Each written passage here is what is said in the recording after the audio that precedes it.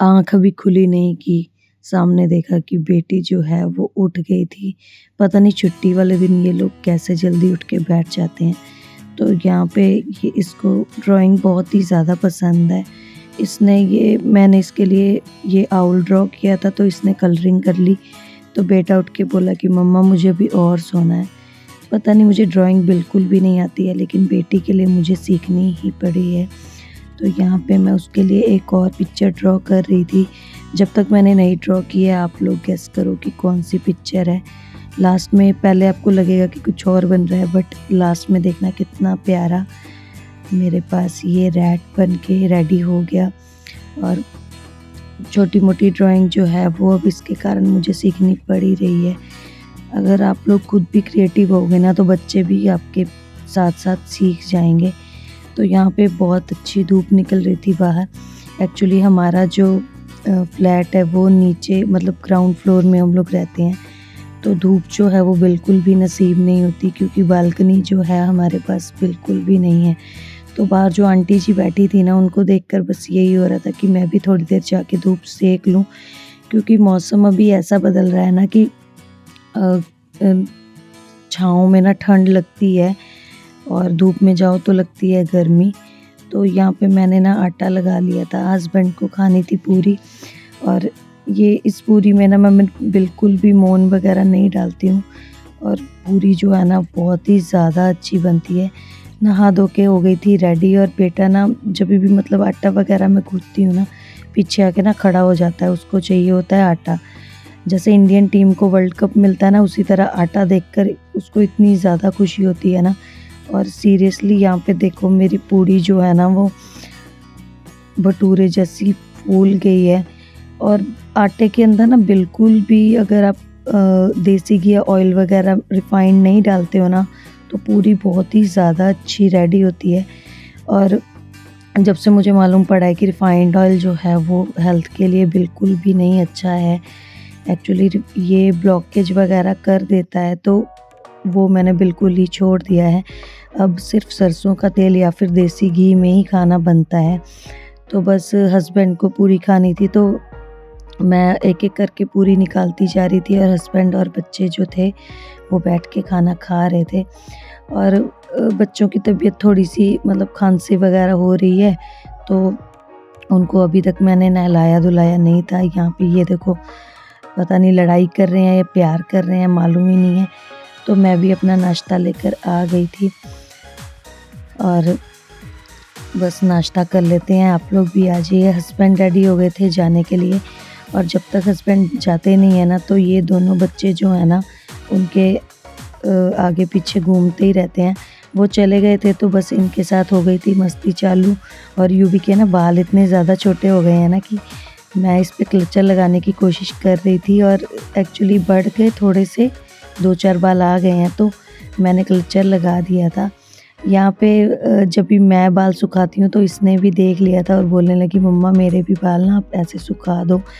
तो ये हमने ऑर्डर किया था मीशो से, और मैंने सोचा कि दुनिया इतनी टेढ़ी है तो हम भी आज टेढ़े हो ही जाते हैं, क्योंकि मुझे ना बहुत ही ज़्यादा शौक़ है बालों को ना कर्ल करने का। तो ये प्रोडक्ट मैंने मीशो से ऑर्डर किया था, और बाकी लोगों को मैंने मतलब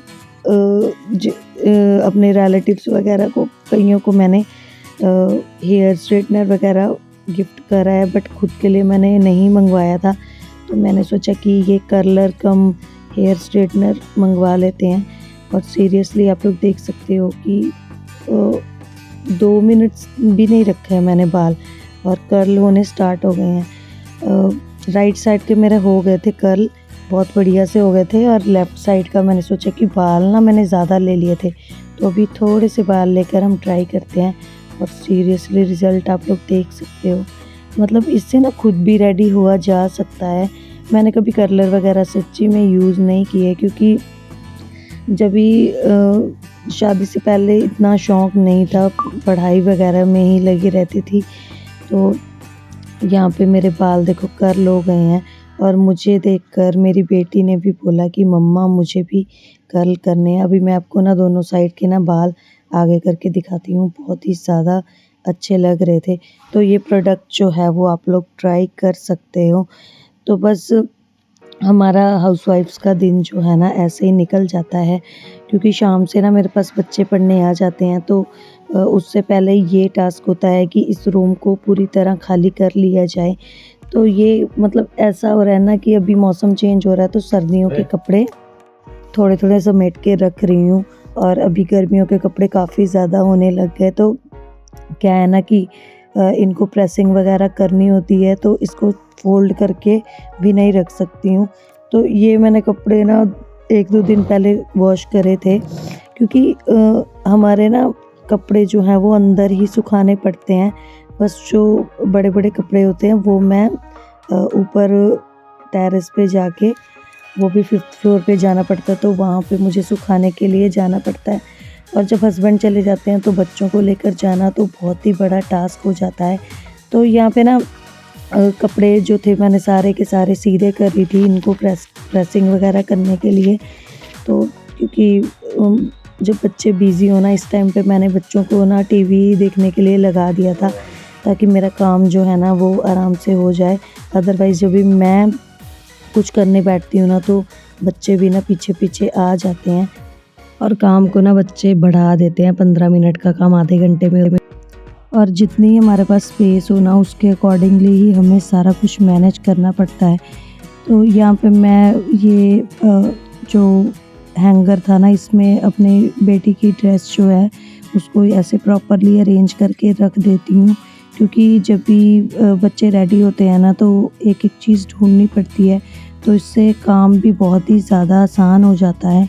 तो ऐसे हैंगर में उसकी मैंने स्कर्ट, शर्ट, सॉक्स, टाई जो भी मतलब यूनिफ़ॉर्म में होता है वो सारा का सारा मैंने एक ही जगह पे इकट्ठा करके उसको मैं एक ही जगह रख देती हूँ, ताकि सुबह जब उठते ही मतलब इतना सारा काम होता है तो हमारा आधे से ज़्यादा काम जो है वो आसान हो जाता है। तो यहाँ पे मैं कपड़े प्रेस करने जा रही थी और ये बेटा एकदम से रोने लगा, क्योंकि अभी बहुत ही ज़्यादा छोटा है, तो इसको ये होता है कि मम्मा मेरे पास ही रहे। अभी देखो कपड़े मैंने सारे सीधे करके रख दिए थे, तो यहीं पे मैंने रख दिए थे प्रेस करने के लिए, क्योंकि उस रूम में बेड के पास वाला स्विच जो है ना वो ख़राब हो गया है। तो यहाँ पे बच्चों को लग गई थी भूख, तो मैंने सोचा कि चलो इनको दे देती हूँ कुछ खाने के लिए, और ये मैंने बनाई थी लास्ट व्लॉग में।